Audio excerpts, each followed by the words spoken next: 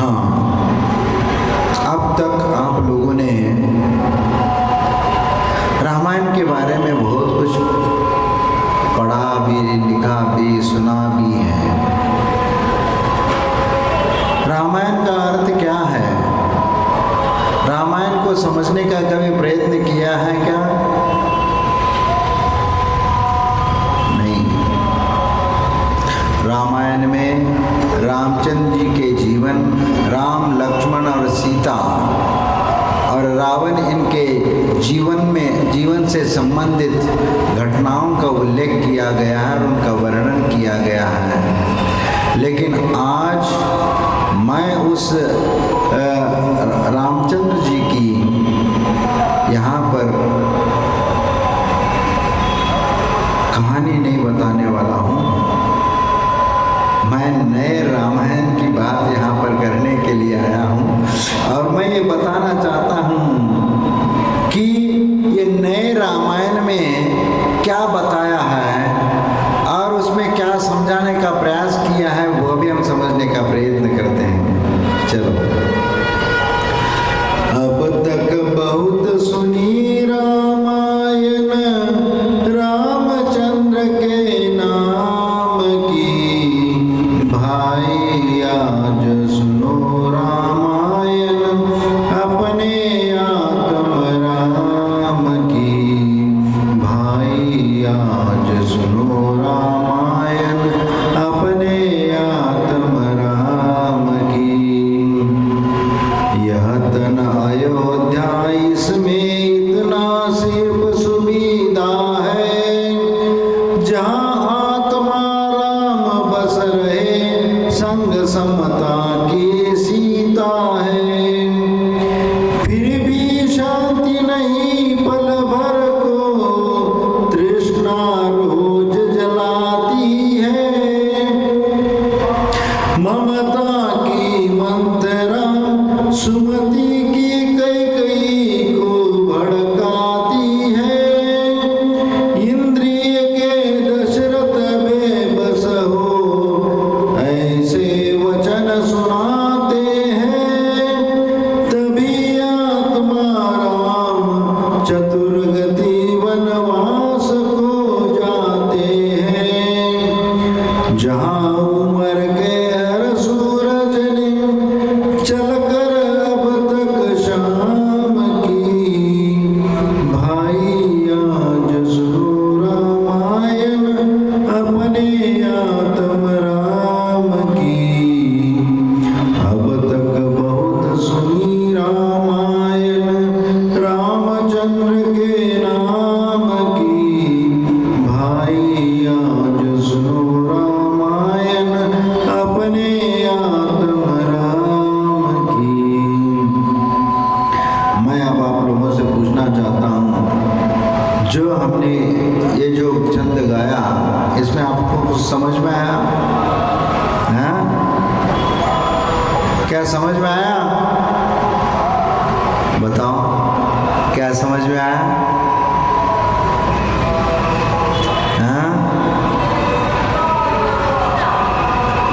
हाँ, वो माइक दे दो। हाँ, समता रूपी सीता को बताया, ममता रूपी मंत्रा को बताया। और आत्मा के लिए बताया। हाँ, इसकी आत्मा की कथा सुना रहे हो।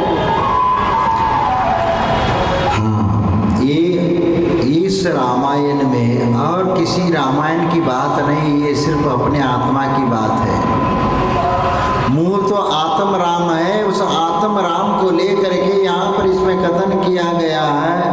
यह तन, यह शरीर, यह अयोध्या है, इसमें सिर्फ इतनी ही सुविधा है कि जहाँ आत्मा राम बस रहे, संग समता की सीता है।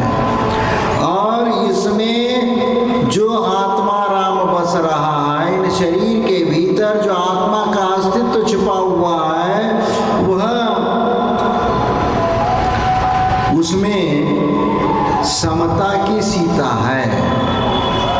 भले ओरिजिनल रामायण में राम, लक्ष्मण और सीता का प्रसंग आ जाता है। लेकिन यहाँ समता रूपी सीता, उस आत्मा राम का स्वरूप जो है, क्योंकि संग समता की सीता है, क्योंकि आत्मा में यदि संयम और समता गुण रहेगा तो ही वह अपने अंतरात्मा की ओर अभिमुख होता चला जाएगा। क्योंकि कभी भी किसी भी प्रसंग आ जाता है तो समता भाव रखना ये सबसे महत्वपूर्ण होता है।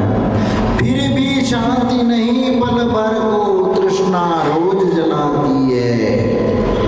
क्योंकि तृष्णा जो है हमारे भीतर, वह हमेशा हमेशा वह जलाती रहती है, आत्मा को जलाने का प्रयत्न करती है।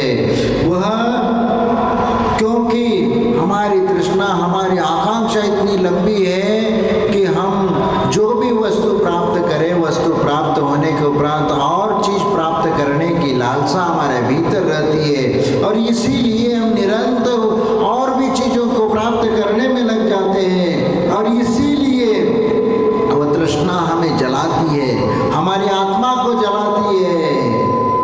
ममता की मंथरा सुमति की कई को भड़काती है। देखो, ममता की मंथरा का काम क्या है? क्योंकि रामायण में मंथरा, क्योंकि वह मोह ममता की बात करती है, और वह कहीं ना कहीं वह रामायण को अलग ढंग से मोड़ने का प्रयत्न करती है। लेकिन ममता की मंथरा इस आत्मा राम को अपने स्वरूप से भटकाने का प्रयत्न करती है, और सुमति की कई को भड़काती है। सुमति यानी हमारा जो सम्यक ज्ञान, सम्यक दर्शन है, सुमति सम्यक दर्शन के बाद सम्यक ज्ञान है, तो उस ज्ञान को भड़काने का प्रयत्न करती है, क्योंकि सम्यक ज्ञान को होने नहीं देती। हमारी जो मति है, बुद्धि है, वह सही वास्तविकता को प्राप्त करने नहीं देती, क्योंकि ये मंथरा की ममता जो है वो भड़काती है, और सुमति की कई को भड़काती है। और किसको भड़काती है? सुमति की कई को, सुमति रूपी कई को ये भड़काने का काम करती है। और इसीलिए जब कभी हम सांसारिक मोह माया में हम पड़ जाते हैं, तब हम आत्मा राम को समझ नहीं पाते, क्योंकि उस मोह माया में आत्मा राम को भूल जाते हैं। और वह भड़काती है, किस चीज के लिए भड़काती है? क्योंकि सांसारिक मोह माया की ओर ही आकर्षित करती है। जैसे आप लोग, यदि आपके परिवार में से यदि कोई लड़का यदि मोक्ष मार्ग में आना चाहता है, तो आप क्या करते हैं? अरे बेटा, अभी तो आप बहुत छोटे हो, अभी तो संसार का ज्ञान है नहीं है, अभी थोड़ा सा संसार का आनंद ले लो, घर गृहस्थी बसा ले, फिर 2-4 बच्चे हो जाए, फिर उसके उपरांत बाद में छोड़ के चले जा। कि एक बार यदि गृहस्थ में यदि कोई फंस जाए तो वहाँ मजाल है किसी की वो छोड़ करके जा सके? क्योंकि ऐसे मोह माया में वो गुंफित हो जाता है कि चाह करके भी वह आप यदि उनको बोल दो आप तो चले जाओ, फिर भी वह नहीं निकल पाता। जिस समय निकलने का प्रसंग था, उस समय तो उनने पकड़ कर, आप लोगों ने उसको पकड़ करके फंसा दिया। स्वयं तो कीचड़ में गिरे और उसको भी गिरा देते हैं, तो फिर वो उस कीचड़ में से बाहर आ नहीं पाता। जैसे आप भी नहीं निकल पाते, वैसे वह भी नहीं निकल पाता। इसीलिए इंद्री के दशरथ बेबस हो, ऐसे वचन सुनाते हैं। इंद्री के दशरथ, क्योंकि दशरथ जो राजा है, वो बेबस हैं, क्योंकि कैकेयी ने उनसे वचन लिया था। उस वचन को पूर्ति करने के लिए अब दशरथ बेबस हो गया, क्योंकि इंद्री के दशरथ, क्योंकि इंद्री जो हमारी है वह वासना की ओर दौड़ती है, तो वह वासनाएं छूटने का नाम नहीं लेती। इसीलिए बेबस होकर के ऐसे वचन सुनाते हैं, क्योंकि वह पांचों इंद्रियों के विषय में यह जीव, यह आत्मा रच पच जाता है, उस वहां से बाहर आने का प्रयत्न नहीं कर पाता। इसीलिए तभी आत्मा राम चतुर्गति वनवास को जाते हैं। अब तभी, क्योंकि कब, जब वह इंद्रियों के विषय के अधीन हो जाता है तो इंद्रिय वासनाओं में इतना लिप्त हो जाता है कि ऐसे कर्म करता चला जाता है कि फिर जो उसके निमित्त से जो उन्होंने कर्म बांधे, उस कर्म के निमित्त से उसको इस चारों गतियों में परिभ्रमण को जाना पड़ता है। इसीलिए तभी आत्मा राम चतुर्गति वनवास को जाते हैं, क्योंकि वह आत्मा तो उसके साथ जुड़ी हुई है, क्योंकि आत्मा के साथ शरीर जुड़ा हुआ है और वह शरीर के साथ वह इंद्रियां जुड़ी हुई है। और वह दशरथ, इंद्री के दशरथ, क्योंकि क्या है, वह इंद्रियां पांचों का विषय चाहते हैं, और पांचों विषयों में जो लिप्त होगा तो संसार मोह माया में डूब जाएगा, और डूब जाएगा तो संसार में चारों गति में परिभ्रमण करने का वह कर्म बंद करेगा। और इसीलिए चारों गतियों में परिभ्रमण के लिए वह निकल जाता है। यानी जिस प्रकार रामचंद्र जी दशरथ अपने पिता के वचन को पूरा करने के लिए और अपनी माता कैकेयी के वचन को भी पूरा करने के लिए दशरथ ने तो रामचंद्र जी को वनवास भेजा, बस वही इंद्री के विषय इस आत्मा राम को इस चतुर्गति रूप वनवास को भेज देते हैं। क्योंकि संसार में चारों गति, मनुष्य गति, त्रियंच गति, देव गति और नरक गति, इन चारों गतियों में परिभ्रमण के लिए वह कारण बन जाता है। जहाँ उम्र के हर सूरज ने चल कर अब तक शाम की, और यहाँ पर अब तक जितना हम अपने जीवन यापन कर लिया, और जीवन यापन करते करते हम शाम हो गई तो हमारा जीवन, मनुष्य जीवन का आखिरी समय भी आ गया, फिर भी हम उस चतुर्गति वनवास से बाहर नहीं आ पा रहे। 14 साल बाद तो रामचंद्र जी लौट के आ गए, लेकिन यह चारों गतियों के वनवास में गया हुआ जो ये आत्म राम है, उस लौट करके इस पर्याय को प्राप्त नहीं कर पा रहा है, क्योंकि चतुर्गति रूप वनवास 84 लाख योनियों में वो भटकने लगता है। और इसीलिए अब तक बहुत सुनी रामायण रामचंद्र के नाम की, भाई आज सुनो रामायण अपने आत्म राम की। अब आगे, जाने कितनों का प्रिय हमने वनवासियों को देखा है, पंचशील की पंचवटी पर रहीन लक्ष्मण रेखा है, तृष्णा मृग के पीछे दौड़ा आत्म राम दिखाता है, छल का रावण सदाचार की सीता हरता जाता है, अब लज्जित संयम लक्ष्मण का जो हो जाए थोड़ा,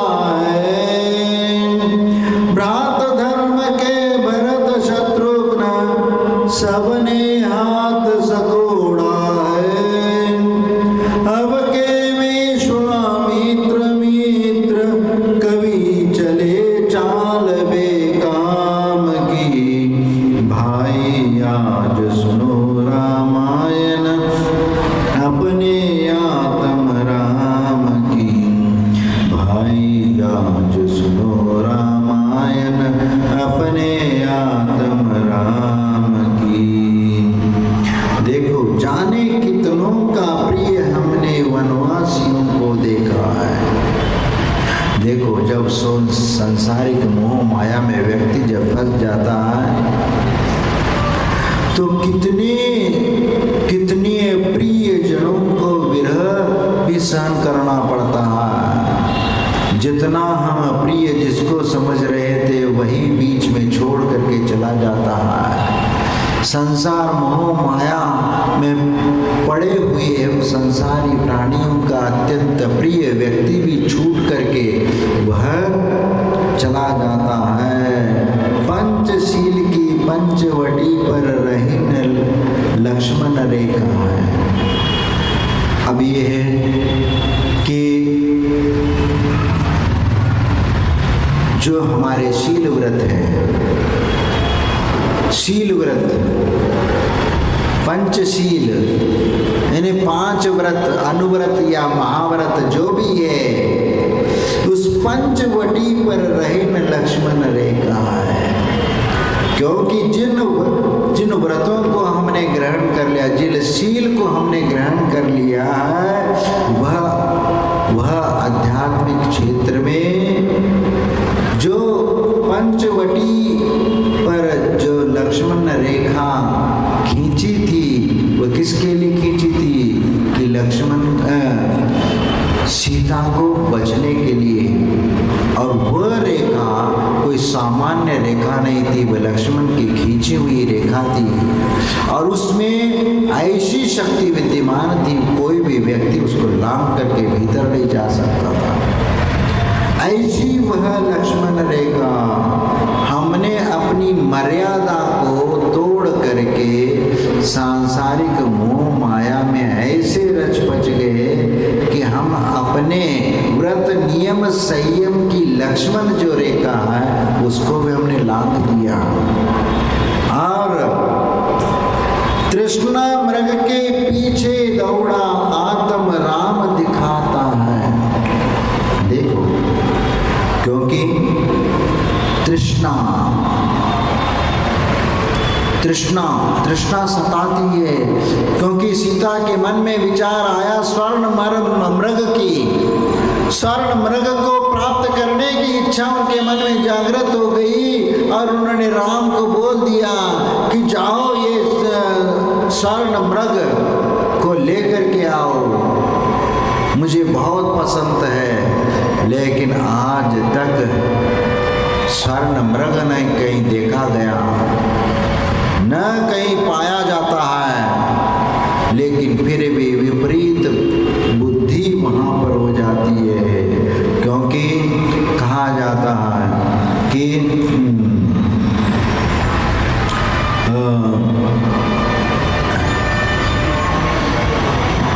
न दृष्टा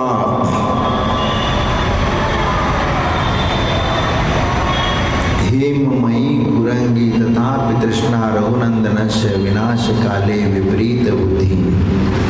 न श्रूयते हेममयी कुरंगी तथापि तृष्णा रघुनंदनस्य विनाश काले विपरीत बुद्धि।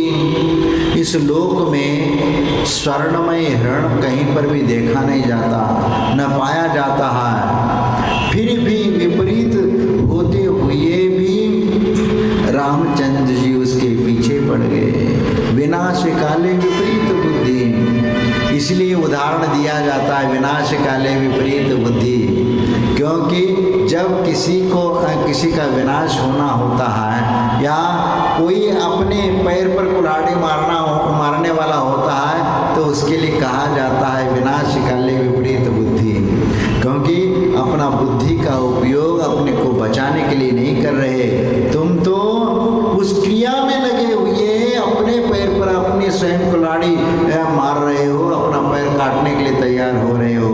इसलिए तृष्णा मृग के पीछे दौड़ा आत्म राम दिखाता है। देखो तृष्णा, और ये जो लोभ है, लोभ को ही तृष्णा कहा है।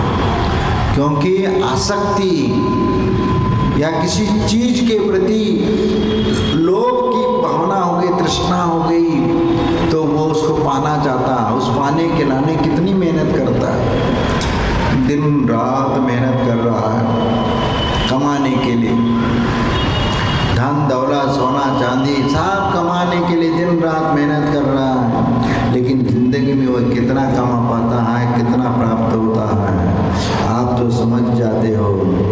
लेकिन आत्मा राम दिखाता है, क्योंकि आत्मा राम उसके पीछे दौड़ रहा है, क्योंकि आकांक्षा तृष्णा जो हम कर रहे हैं, क्योंकि उसके साथ हमारी जो आत्मा है उसी के पीछे दौड़ रहा है, क्योंकि उस आत्मा को हम अध्यात्म की ओर न ले जा करके हम अपनी लोभ की प्रवृत्ति दिनों दिन बढ़ती जा रही है, उसी ओर इस आत्मा को भी घसीटने का प्रयत्न करते जा रहे हैं, क्योंकि आत्मा खींचता चला आता है तो उसमें आत्मा का ही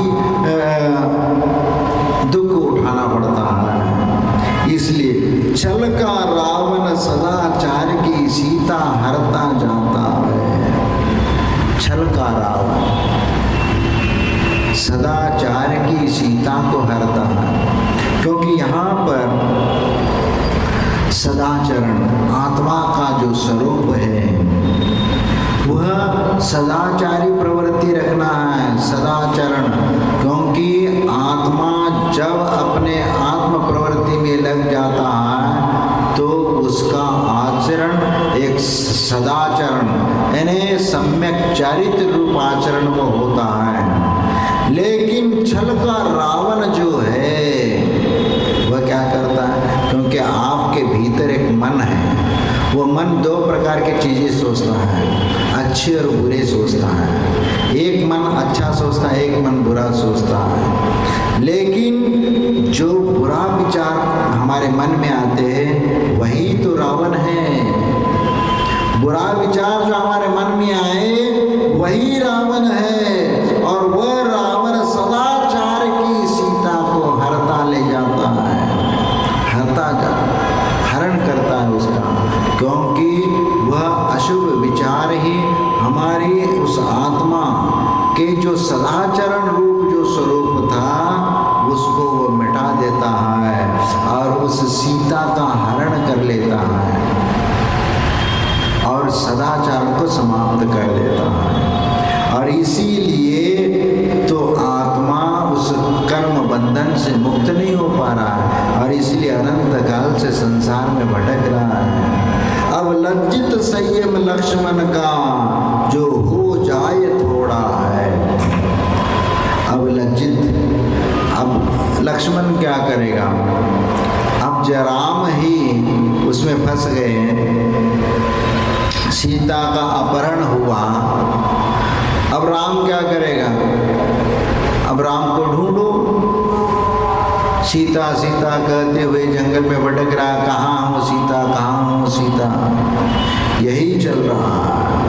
अब लज्जित संयम लक्ष्मण का, अब लक्ष्मण लज्जित हुआ, क्यों हुआ, क्योंकि हिरण के पीछे राम पड़ गया, और राम उस हिरण को, स्वर्णमय हिरण को पकड़ने के लिए उसके पीछे पीछे भागता चला जाता है, और उसके पीछे भागता है। जब वह हिरण के ऊपर जब राम ने बाण छोड़ा तब वह आवाज लगाता है कि लक्ष्मण मुझे बचाओ, लक्ष्मण मुझे बचाओ, और वह आवाज सीता सुनती है और वह कहती है कि जाओ रामचंद्र जी किसी धर्म संकट में है, उनको बचाने के लिए जाओ। लेकिन लक्ष्मण कहता है कि भाभी आप चिंता मत कर लेना, क्योंकि हमारे रामचंद्र जी को कोई संकट नहीं है, क्योंकि कोई संकट आ भी जाए तो भी उसको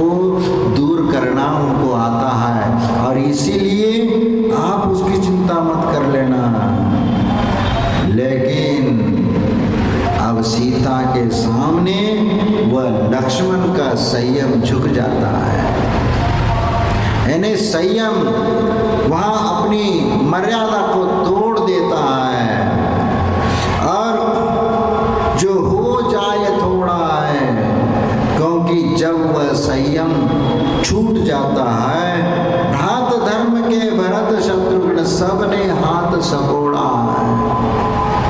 तब देखो जितने भी सगे साथी है सबने अपने हाथ को सकोड़ लिया है। यानी भरत शत्रुघ्न क्या है, क्योंकि वो तो रामचंद्र जी के साथ तो है ही नहीं है, क्योंकि भ्रात धर्म का निर्माण करने के लिए वह यहाँ पर उपस्थित नहीं है, क्योंकि वनवास में राम लक्ष्मण और सीता ही है उनके साथ। इसीलिए उनने भी उनका हाथ पीछे ही रह गया है, क्योंकि उनका सहयोग उनको मिलने वाला नहीं है। इसीलिए अब के विश्वामित्र मित्र कवि चले चाल बेकाम की, क्योंकि विश्वामित्र का जो काम है वह काम ही ऐसा है, क्योंकि हमारी इस आत्मा के ऊपर जो विश्वास करना था, आत्मा को एक मित्र मान करके चलना था, उसको तो हमने माना नहीं। जिस प्रकार विश्वामित्र ऋषि उस सदाचरण से स्खलित हो गए, और वह किस वजह से स्खलित हुए, एक अप्सरा के योग के निमित्त से वह स्खलित हो गए। उसका प्रसंग मालूम है, क्योंकि विश्वामित्र एक बहुत बड़े ऋषि थे और उनकी इतनी कठोर साधना और तपस्या थी कि इंद्र का आसन कंपायमान होने लगा। इंद्र को डर लगने लगा कि अब ये विश्वामित्र मेरी गद्दी ले जाएंगे। तो गद्दी की रक्षा के लिए उन्होंने अप्सरा को भेजा और अप्सरा को कहा कि जाओ विश्वामित्र के चरित्र को भ्रष्ट करा दो। और वह अप्सरा नीचे धरती पर आई और जहाँ पर विश्वामित्र ध्यान में लगे हुए थे वहाँ पर वह नृत्य करने लग गई। आसपास संगीत के साथ नृत्य करना शुरू कर दिया, लेकिन फिर भी विश्वामित्र विचलित नहीं हुए और वह अपने आहार पानी में भी कुछ नहीं लेते। महीना में या कुछ दिनों में एक बार सिर्फ एक वृक्ष का जो छाल होती है, वृक्ष का जो छाल होता है, सिर्फ वहाँ पर जा करके जीभ से एक दो बार चाट लेते हैं तो उनका शरीर उससे सुस्त हो जाता और उनके लिए आहार की कोई आवश्यकता नहीं होती थी। और इसीलिए इतनी कठोर तपस्या उनकी थी। तो वो साधना करते हुए वहाँ पर लगे हुए थे और वह अप्सरा ने देखा, देखो इतना नृत्य गान कर लिया, हाव भाव कर लिया, ये विचलित नहीं हो रहे, तो अब इनको भ्रष्ट करना है तो कैसे करे। उनने दिमाग लगाया कि इनकी चर्या क्या क्या होती है वो देखना शुरू कर दिया। और उनको फिर अप्सरा को मालूम पड़ा कि सिर्फ दिन में 24 घंटे में एक बार इस वृक्ष के पास जाते हैं और उससे जीभ से उस छाल की वो चाट लेते हैं और उसके उपरांत उनके लिए आहार पानी वगैरह भी ग्रहण नहीं करते और इसी से वो साधना में तल्लीन हो जाते। फिर क्या था, उस अप्सरा ने जहाँ पर जा करके प्रतिदिन अपने जीभ से चाटते थे उस स्थान पर उन्होंने एक अमृत लेप लगा दिया। वह अमृत लेप लगा दिया और उसके उपरांत जब दूसरे दिन वह विश्वामित्र उस स्थान पर आकर के जैसे ही जीभ एक बार चाट लेते थे और उसका एक बहुत ही सुंदर स्वाद आया और वह स्वाद आ गया तो अपने आप को रोक नहीं पाए, दोबारा वो उसको स्पर्श किया और कंट्रोल करके वापस आए। फिर दूसरे दिन और लेप लगाया और दूसरे दिन फिर एक बार नहीं, दो बार नहीं, कई बार उसको चाट लिया प्रतिदिन वो उस स्थान पर उसकी वह लालसा बढ़ती चली गई। और ये एक दिन क्या कर लिया उस अप्सरा ने, कई दिनों तक वह अमृत रस वहाँ लेप लगाती गई और इससे उसको आदत हो गई कि उसको उसी चीज़ को चाटने की। और उसके उपरांत एक दिन उसको बंद कर दिया। तो उसके उपरांत जब उसमें वहाँ उस पेड़ के पास जा करके उसके चाट लिया उसने छाल को, लेकिन वह स्वाद नहीं आया। तो शरीर को वह आदत पड़ चुकी थी, शरीर बेचैन होने लगा। जिस प्रकार किसी को व्यसन हो जाता है, कोई किसी को गुटखा खाने की, तंबाकू खाने की और कोई चीज़ की, शराब पीने की लत हो जाती है, तो जिस दिन वह चीज़ नहीं मिलेगी वो बेचैन होने लगता है। उसी प्रकार उस विश्वामित्र की हुई। और फिर वह अप्सरा सामने आई और वह इतना लालायित हो गया, हाँ वो जो अमृत रस है ना वह हमारे पास है, वह अमृत रस हमारे पास है, आपको चाहिए? और ठीक है मैं आपको दे देती हूँ, लेकिन एक मेरा काम करो, एक मेरा काम करना पड़ेगा। और वहीं पर विश्वामित्र स्खलित हो गए और वह अपने चरित्र से भ्रष्ट हो गए। और इसीलिए कवि चले चाल बेकाम की। अब के विश्वामित्र मित्र कवि चले चाल बेकाम की, तो यहाँ पर वह भ्रष्ट हो गए। तो हमारी आत्मा भी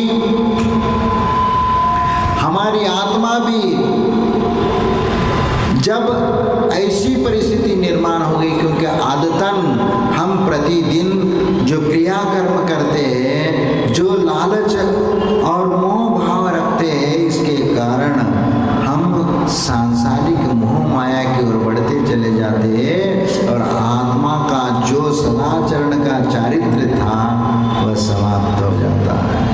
इसी प्रकार हमारा जीवन भी उस मोह माया में लपेट करके हमारा जीवन समाप्त करा देता है। और इसीलिए यही बोल रहे कि अब तक बहुत सुनी रामायण रामचंद्र के नाम की, भाई आज सुनो रामायण अपने आत्म राम की। भाई आज सुनो रामायण अपने आत्म राम की। अब तक बहुत सुनी रामायण रामचंद्र के नाम की, भाई आज सुनो रामायण अपने आत्म राम की। भाई आज सुनो रामायण अपने आत्म राम की। यह तन अयोध्या इसमें इतना सिर्फ सुविधा है, जहाँ तुम्हारा राम बस रहे, संग समता की सीता है। फिर भी शांति नहीं पल भर को, तृष्णा रोज जलाती है। ममता की मंत्रा सुमति की कई को भड़काती है। इंद्री के दशरथ बेबस हो, ऐसे वचन सुनाते हैं। तभी आत्मा राम चतुर्गति वनवास को जाते हैं। जहाँ उमर के हर सूरज ने चलकर अब तक शाम की, भाई आज सुनो रामायण अपने आत्म राम की। अब तक बहुत सुनी रामायण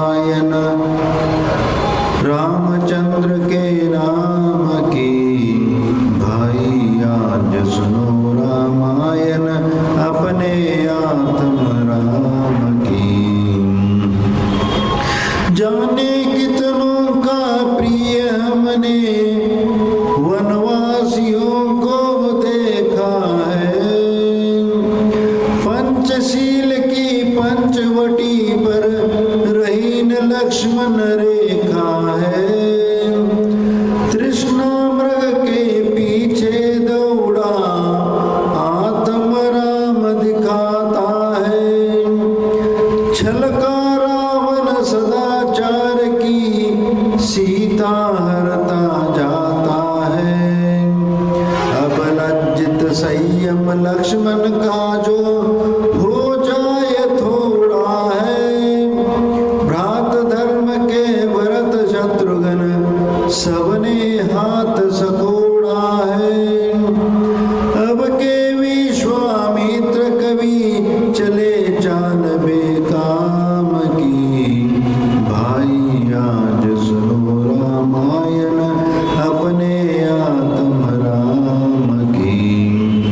अब तक बहुत सुनी रामायण रामचंद्र के नाम की।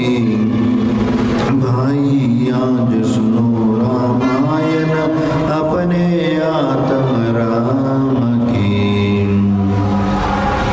ऐसा क्यों होना है बोलो, इसका यह क्या कारण है। एक नहीं दो नहीं हजारों इसके लिए उदाहरण है। अहि रावण के कर्म आज बन रहे हमारे भूषण। कर्मों से हम कुंभकर्ण है, छल बल से कर दूषण है। जहाँ मान का मानचित्र हम अपने मन में लाते हैं, तभी वह हम रावण होकर झट रावण बन जाते हैं। जो अपना संहार करा दे वह लंका किस काम की। भाई आज सुनो रामायण अपने आत्म राम की। भाई आज सुनो रामायण अपने आत्म राम की। देखो इस काव्य में यहाँ पर ये बताने का प्रयत्न किया है कि आज संसार में जो दृश्य देखने में आ रहा है, जो घटनाएं घटित हो रही है, वह अहि रावण के जीवन से जुड़ी हुई घटनाओं के साथ जोड़ करके बताने का प्रयत्न किया जा रहा है। ऐसा क्या होना है बोलो, इसका यह क्या कारण है। वो कारण यहाँ पर बताना चाह रहे हैं। एक नहीं दो नहीं हजारों कारण इसके लिए। अहि रावण के कर्म आज बन रहे हमारे भूषण हैं, क्योंकि हम उन क्रियाओं को अपनाते जा रहे हैं, उन आदर्शों को हम ग्रहण करते जा रहे हैं जो आदर्श अहि रावण के थे। क्योंकि अहि रावण के उन दृश्यों को, उन आचरणों को हम अपना करके हम अपने आत्मा के अस्तित्व को समाप्त करते जा रहे हैं। हम अपने आदर्श को भूलते जा रहे हैं और कर्मों से हम कुंभकर्ण बने हैं। कुंभकर्ण एक नाम मात्र है। वह कुंभकर्ण ऐसा कोई कुंभकर्ण ये नहीं है, वह तद्भव मोक्षगामी जीव है। कुंभकर्ण जो कहाँ से मोक्ष गए? 52 गजा बड़वारी, वहाँ कौन कौन मोक्ष गए?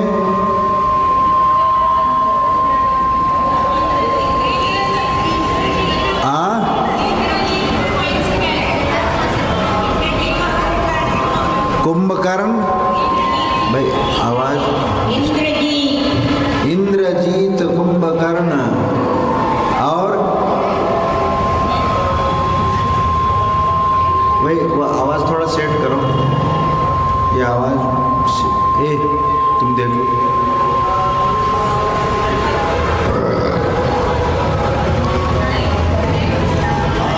हाँ, इंद्रजीत कुंभकर्ण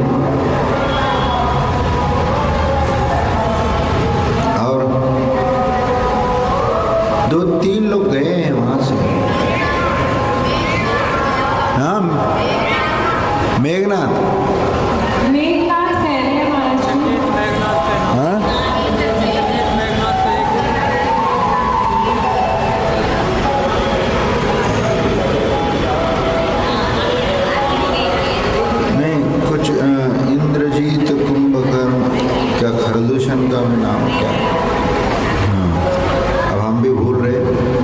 वो आपके नहीं आप लोग निर्वाण कांड में आता है ना, 2 ही नाम है। हाँ अच्छा, यानी कर्मों से हम कुंभकर्ण हैं, और कर्मों से हम कुंभकर्ण हैं क्योंकि कुंभकर्ण, हम तो ये समझते हैं कि कुंभकर्ण सोने में 6-6 महीने तक सोता है, ये बातें हम करते हैं, लेकिन क्या वास्तव में कुंभकर्ण 6-6 महीने तक सोता था? हम देखो जैन रामायण में आप उसमें पढ़ लीजिए और मालूम पड़ेगा कि कुंभकर्ण भले ही वह किसी कार्यों में वह आलसी हो, लेकिन वहाँ कहीं ये उदाहरण नहीं आता कि वह 6-6 महीने तक सोता हो। ये तत्व मोक्षगामी जीव है, मोक्ष जाने वाला जीव का 6-6 महीने सोएगा?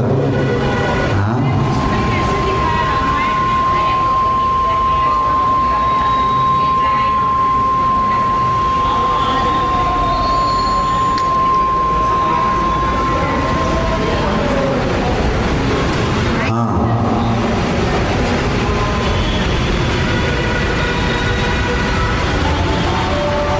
तो यहाँ पर कर्मों से हम कुंभकर्ण है, छल भल से खरदूषण है। हमने सब उनके अवगुणों को तो ग्रहण कर लिया, छल भल को हमने ग्रहण कर लिया, और हम संसार में इसी प्रकार का आचरण करते जा रहे हैं, क्योंकि हमारा जीवन प्रमाद और आलस के साथ बढ़ता जा रहा है, और छल बल से कोई भी किसी का सत्ता हासिल करना हो या धन दौलत हासिल करना हो, उसके लिए हम छल बल का सहारा लेते जा रहे हैं। और इसी कारण से हम अपने आत्म स्वभाव के मानस चित्र को हम मिटाते जा रहे हैं। जहाँ मान का मानचित्र हम अपने मन में लाते हैं, जहाँ मान का मानचित्र, तभी वहाँ हम राम न होकर झट रावण बन जाते हैं। देखो, जब मान यानी अहंकार अपने मन में लाते हैं, अहंकार यदि हमारे मन में आ जाता है तो वहाँ पर रामचंद्र जी का स्वाभिमान नजर नहीं आता, वहाँ अहंकार सामने आ जाता है। और इसीलिए राम न होकर हम रावण बन जाते हैं, जो अहंकार का प्रतीक माना जाता है। उसके पीछे उन्होंने, उस अहंकार के कारण उन्होंने रामायण की घटना घटित हुई, उस रावण के अहंकार के कारण। क्योंकि रावण ने जो कर्म किया सीता का अपहरण करके,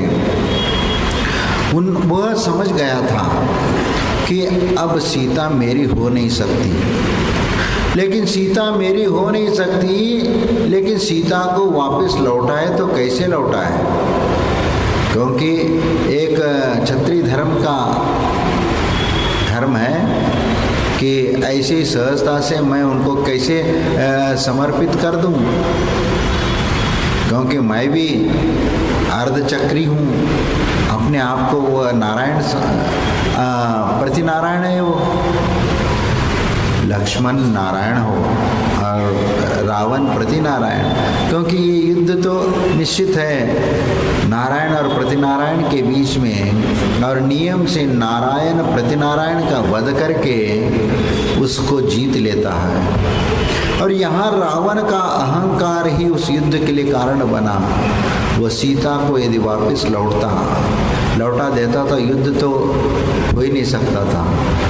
लेकिन अहंकार के कारण उन्होंने राम के साथ युद्ध किया।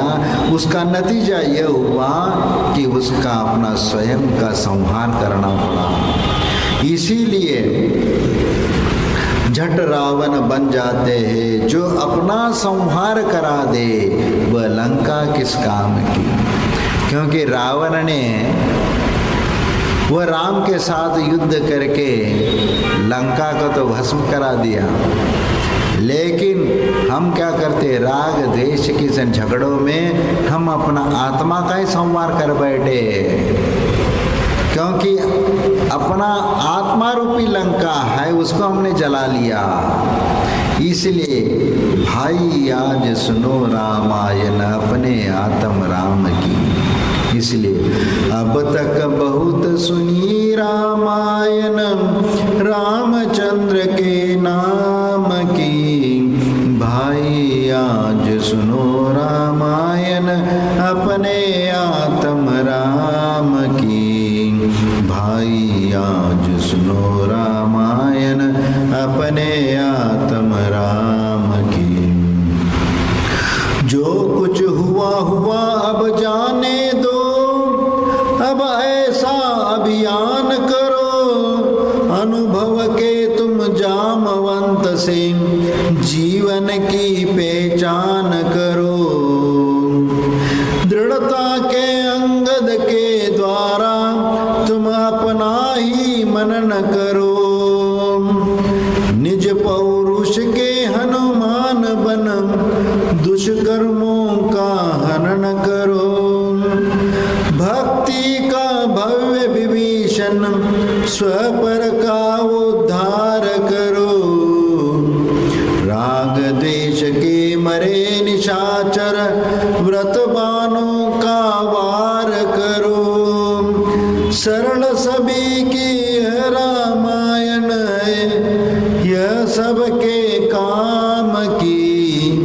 भाई आज सुनो रामायण अपने आत्म राम की।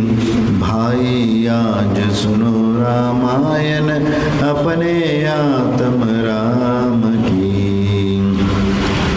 देखो अब जो भी हुआ, अब तक हमने अपने जीवन में जो भी राग द्वेष कषाय आदि करते हुए जैसे तैसे हमने अपने जीवन को पार करने का प्रयत्न किया।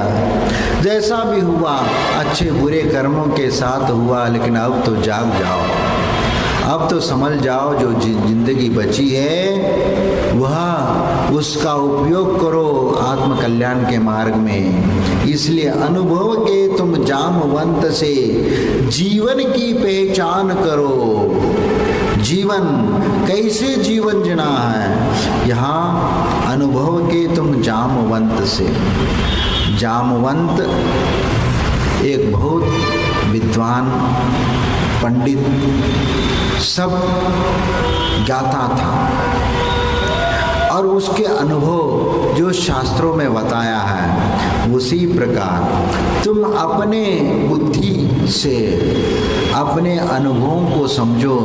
हमने जो जीवन में अच्छे बुरे कर्म किए हैं उससे अपने जीवन की पहचान करो कि मुझे कैसे जीना है। हमने अच्छे बुरे कर्म करके हमने अपना जीवन जिया है, उनमें से कौन से जीवन जीने के लिए अच्छे कर्म कौन से है उसकी पहचान करो, और दृढ़ता के अंगद के द्वारा तुम अपना ही मनन करो।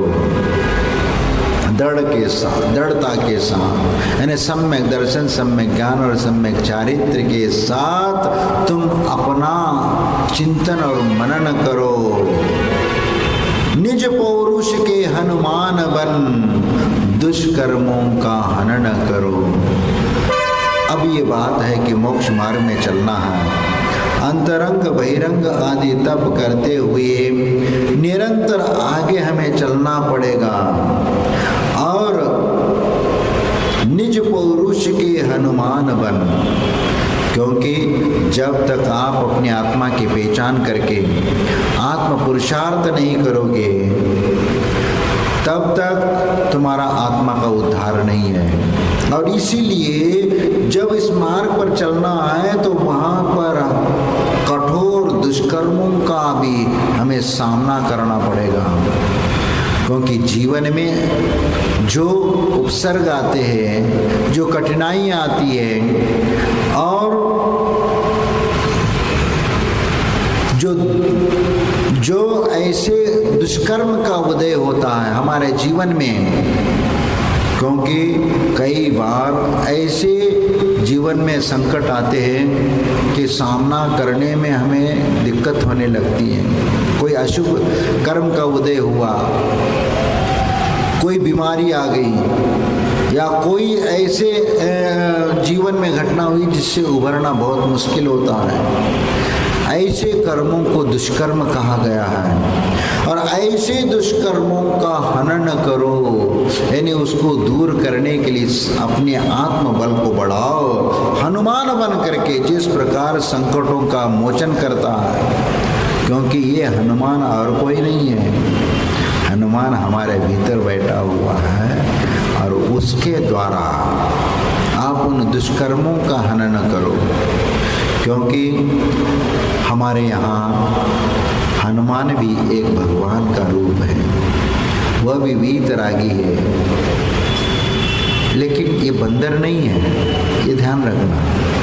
क्योंकि हमारे हनुमान वो वीतरागी है, विद्याधर राजा है, वानर वंशी हैं, और इसीलिए हम उस हनुमान की बात करते हैं जो स्वयं अपने दुष्कर्मों का हनन करके उन्होंने निर्वाण को प्राप्त कर लिया है। ऐसे उस हनुमान की बात करके हम भी उन जैसे बनने का प्रयत्न करते हैं। भक्ति भाव का भव्य विभीषण, स्वपर का उद्धार करो। विभीषण की भक्ति और उसका सरल और भव्य विचार, क्योंकि धर्म के सहारे से चलने की उसकी भावना, वो यहाँ तक कि अपने भाई को भी छोड़ दिया। क्यों? क्योंकि अधर्म के सहारे से वह चल रहा था, इसलिए अधर्म का साथ छोड़ करके धर्म के पक्ष में आकर के खड़े हो गए। क्योंकि हमारे जीवन में भी ऐसे बहुत सारे घटनाएं घटित होते हैं, उन घटनाओं से हमें उभरना होगा, उसमें धर्म के सहारे से हमें चलना पड़ेगा। नहीं तो जीवन में ऐसे बहुत सारे बातें होती है जो हम अपने जीवन में उसको साकार नहीं कर पाते, क्योंकि अधर्म का सहारा लेकर हम जीना चाहते हैं।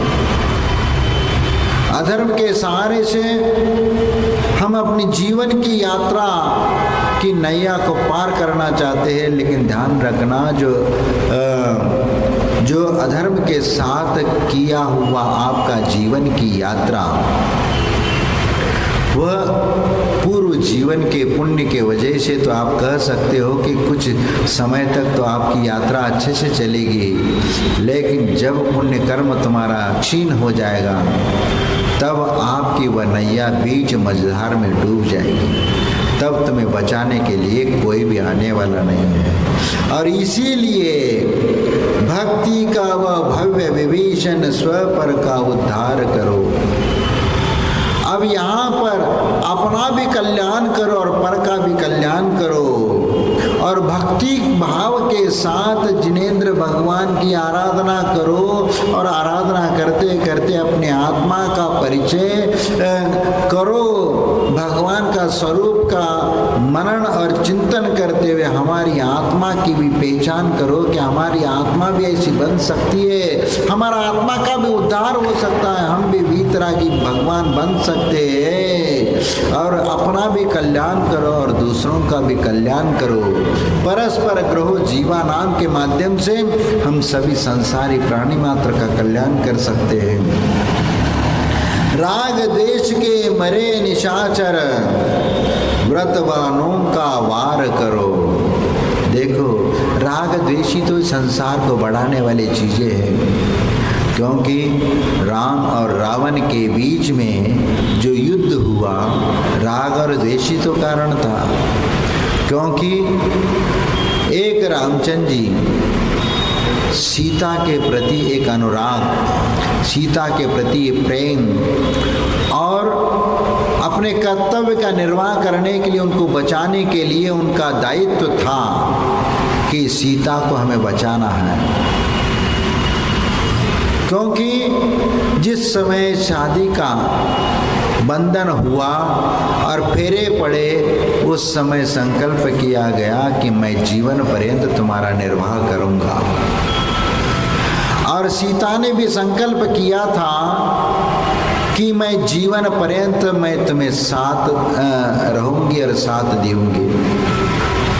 लेकिन आजकल के फेरे कहाँ लगते भगवान जाने, कि किस प्रकार, क्या कोर्ट कचहरी में फेरे लगते, क्या भगवान जाने, क्या लिखा पढ़ी में फेरे लगते हैं, लेकिन वह जीवन मरने का वहाँ प्रसंग आता ही नहीं।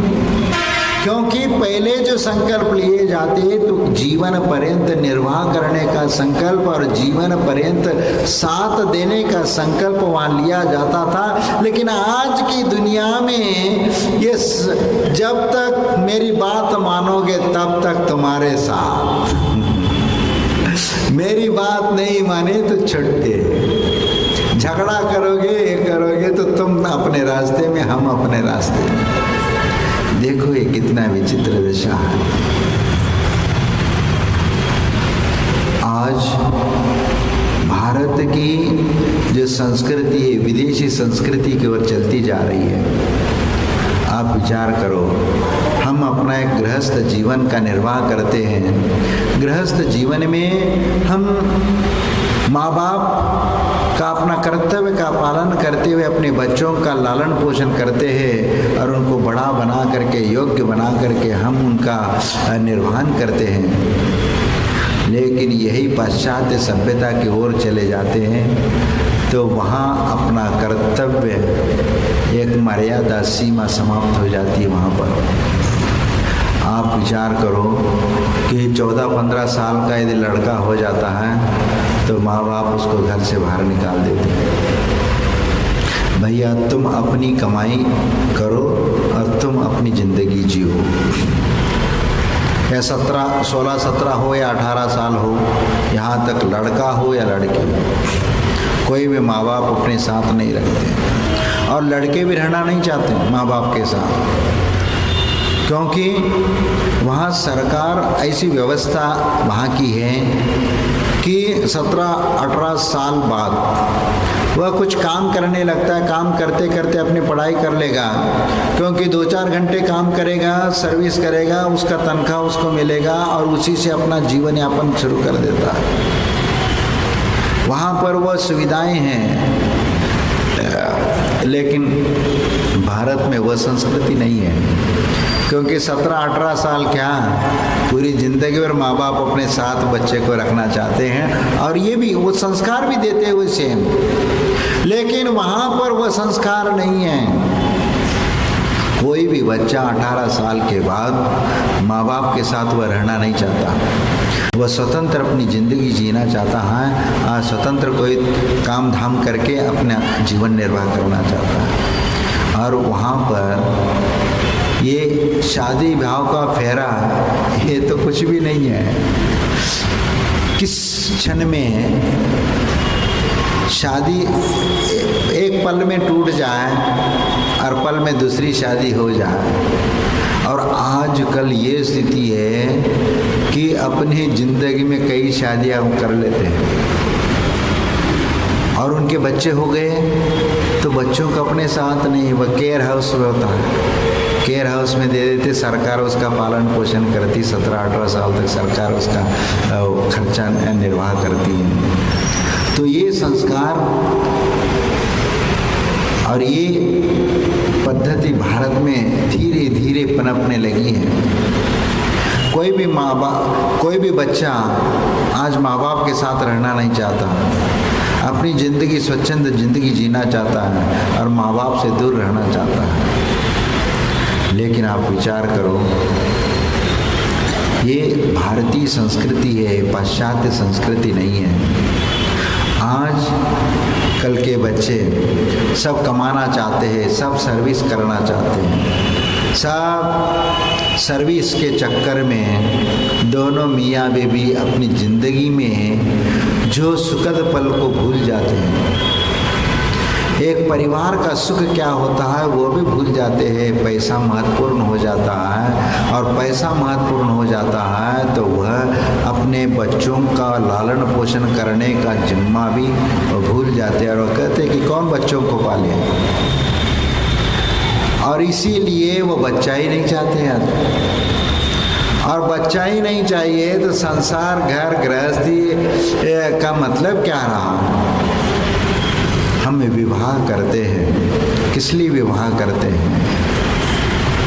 क्या सिर्फ विषयों का सुख पाने के लिए या संतान प्राप्ति के लिए? ये विचार करो। शास्त्रों में लिखा है विवाह का बंधन संतान की प्राप्ति के लिए और अपनी वंश परंपरा को आगे बढ़ाने के लिए विवाह किया जाता है, अपनी विषयों की इच्छा की पूर्ति के लिए नहीं है। लेकिन आज उल्टा हो रहा है, उनको वंश परंपरा की चिंता नहीं है, सिर्फ अपने वासना की चिंता है, और उसी की पूर्ति करने में अपनी जिंदगी व्यतीत कर रहे हैं। आज के बच्चे शादी कर लेते हैं तो वह कहते हैं अभी हमारा बच्चे का प्लान है ही नहीं है, 4-5 साल हो गए या 8 कितने साल तक हमारा कोई प्लान ही नहीं है। अरे फिर शादी काहे को करी है फिर? हाँ, प्लान ही नहीं है तो ये गृहस्थ जीवन को अपनाए किस लिए भाई? मौज मस्ती करने के लिए? ये आपका गृहस्थ जीवन नहीं है। मौज मस्ती करने के लिए, ऐशो आराम करने के लिए नहीं है। ये अपनी वंश परंपरा को जीवित रखने के लिए यह गृहस्थ का बंधन होता है, और इस गृहस्थ के बंधन को स्वीकार करके ही आपको चलना पड़ेगा। और मर्यादाएं जब भूल जाते हैं, मर्यादा के बाहर चले जाते हैं तो निश्चित उनका जीवन कहीं ना कहीं गर्त में चला जाता है। आप विचार करो कि यदि मान लीजिए पढ़ाई करते करते 20-25 साल हो जाते, 27-28 साल भी हो जाते, लगभग 30 साल के पीरियड में आ जाते हैं, और 30 साल के पीरियड में तक बिना शादी के उन्होंने अपना समय व्यतीत कर लिया। और आज तो एक बच्चा, एक लड़का एक लड़की है, तो आजकल उनकी शादियाँ नहीं हो रही हैं, 30-35 साल हो रहे, क्योंकि क्या लड़के के लिए उसके अनुसार लड़की नहीं मिल रही, और लड़की के लिए लड़का नहीं मिल रहा है, इसलिए पर वह इधर उधर भटक रहे। अब ये बात, अब 30 साल बाद यदि संयोग निमित्त बना शादी हो गई, गृहस्थ जीवन अपना लिया, फिर गृहस्थ जीवन में आ गए, अभी अपने को बच्चों को प्लान नहीं करना है, और 4-5 साल बाद, 4-5 साल होते होते कितना साल हो जाएगा? 35 साल, या जो 30-32 साल बाद यदि शादी करेगा तो 37-38 साल हो जाएगा। 38 साल बाद यदि बच्चा बच्चों को ये करना चाहेगा, और बच्चा होगा या न होगा इसका कोई भरोसा नहीं उस समय, क्योंकि आपने बच्चा नहीं चाहिए इसके पीछे आपने अबॉर्शन भी किए होंगे, और उस अबॉर्शन के कारण आपका वह जनन की क्षमता जो है वह समाप्त हो गई हो। कई बार वह अपघात हो जाता है जिसके कारण वह जन्म होना है, तो वह जन्म वाला वो बच्चेदानी का वह स्थान दुर्घटनाग्रस्त हो जाता है, तो बच्चा होना बंद हो जाएगा।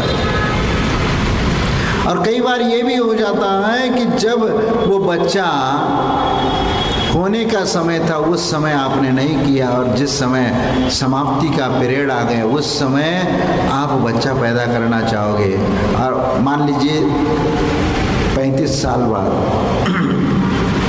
उम्र में आपने बच्चा कर लिया, और वह 20-25 साल होने तक आप कितने साल के होंगे? हाँ, आप कितने साल के हो जाएंगे?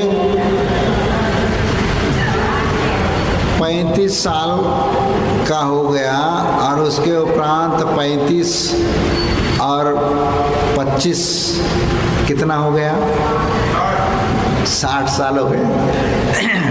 तो 60 साल की उम्र में अब वह बच्चा शादी करेगा और उसको भी शादी करने तक उसका 25 साल हो गया, तो और एक वो भी ऐसा ही सोचेगा ना, बेटा भी वही सोचेगा कि हमारे माँ बाप ने 30-35 साल में शादी करी है, तो वो भी 35 साल तक, 25 साल तक तो उसकी पढ़ाई होगी।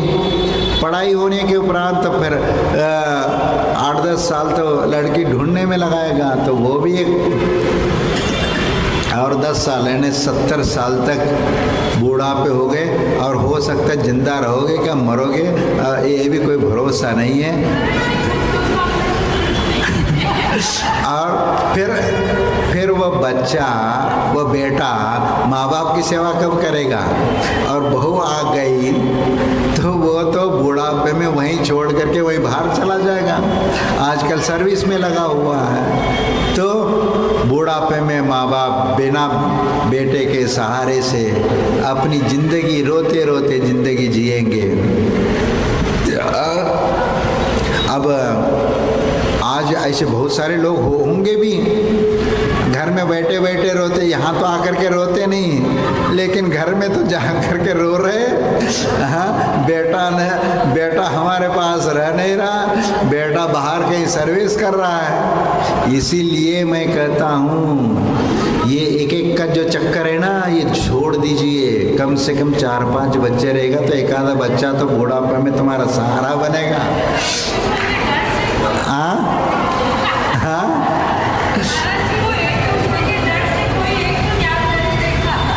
हाँ, एक दो के चक्कर में देखो, एक दो के चक्कर में ही अपनी जिंदगी बर्बाद कर रहा है। ऐसे कई परिवार है, हमने देखे हैं, अरबपति है लेकिन वारिस के नाम से कुछ भी नहीं है, क्योंकि आगे अपनी संपदा को चलाने खिलाने कोई बेटा नहीं है। और एक बेटा था, वह एक्सीडेंट में मर गया या कोई बीमारी में चला गया। आगे अरबपति है, उस धन का खर्चा करने वाला कोई वारिस नहीं है। विचार करो, क्योंकि दिल्ली में चातुर्मास हुआ तो वहाँ हमने ऐसी घटनाएं देखी हैं। वह स्वयं माँ बाप रोते हैं, बेटा कहीं अमेरिका में पढ़ रहा है, बेटी भी अमेरिका में शादी हो गई, मियाँ बीवी दो बैठे, अरबों की संपदा है, बिजनेस है बहुत बड़ा, लेकिन वह बेटा बिजनेस संभालने को तैयार नहीं है। वह कहता मैं तो सर्विस करूँगा। इसीलिए अपने बच्चों को उतना ही पढ़ाओ जो अपनी प्रॉपर्टी को संभाल सके, बिजनेस को संभाल सके, उस बिजनेस को संभालने के योग्य बनाओ ताकि वह ये कर सके। नहीं है तो ज़्यादा पढ़ाने के चक्कर, अरे हम तो आप अपने बच्चों को अच्छे से पढ़ाएंगे, अच्छी शिक्षा देंगे, ये करेंगे, तो तुम्हारे हाथ से चला जाएगा। वह तुम्हारे हाथ में कभी आने वाला नहीं है।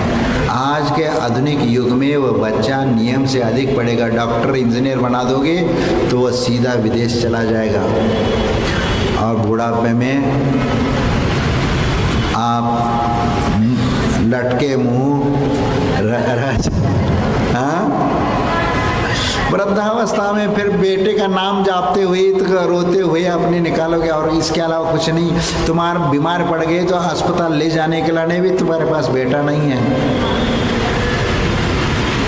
विचार करो, ये परिस्थितियां अब उभरने लगी है, सामने आने लगी है, और इसके बावजूद भी हम इस समस्या को नहीं समझ रहे हैं, तो अपने पैर पर कुल्हाड़ी मार रहे हैं, वही गलती कर रहे हैं। आप कहोगे कि आज 4-5 बच्चे भी, भाई भी है, तो वो भी कहाँ एक जगह रह रहे हैं, वो भी अलग अलग हो रहे हैं। कोई बात नहीं, अलग अलग होए, कोई दिक्कत नहीं, लेकिन कम से कम तुम्हारा खून है, किसी भी समय वह तुम्हारे काम आ सकता है। और भले ही एक घर में नहीं रहते, अगल बगल आजू बाजू में अपना अपना हिस्सा लेकर के रह रहे हो, तो भी संकट की घड़ी में यही काम आएंगे, कोई पराया व्यक्ति काम नहीं आने वाला। यदि तुम बीमार पड़े तो अस्पताल ले जाने के लिए तुम्हारा बेटा ही काम आएगा या तुम्हारी बेटी काम आएगी, या और जो अड़ोस पड़ोस वाले भैया वो मानवता के नाते यदि कोई आ जाए तो आ जाए, नहीं है तो आज के ज़माने में पड़ोस में मर रहे हो क्या जी रहे हो, इससे कोई लेना देना नहीं है, मालूम ही नहीं उनको। पड़ोस में कौन रह रहा है ये भी परिचय नहीं है। आजकल वो मोबाइल में और लैपटॉप में पड़े रहते हैं तो उनको दूसरी दुनिया से कोई मतलब ही नहीं है, अपने दुनिया में वो मस्त है, अकेले रहना पसंद करते हैं। ये वाली स्थिति हो गई और इसकी दुर्दशा होना तो निश्चित है। इसीलिए राग द्वेष के मरे निशाचर व्रतवानों का वार करो, क्योंकि राग द्वेष ये अनंत काल से चलता आया हुआ है। इसीलिए ये निशाचर, इन्हें निशाचर किसको कहते हैं? जो रात में विचरण करने वाले जो पशु जानवर होते हैं, अपने शिकार वगैरह रात में ही करते, रात में घूमने फिरने वाले जो जीव होते हैं उनको निशाचर कहते हैं। इसीलिए ऐसे निशाचर प्रवृत्ति को छोड़ो और व्रतवानों का वार करो। व्रत नियम संयम अपनाओगे तो राग द्वेष की प्रवृत्ति में कमी आती जाएगी। इसीलिए यह सरल सभी की यह रामायण है, यह सबके काम की। भाई आज सुनो रामायण अपने आत्म राम की। जय बोलो महावीर भगवान।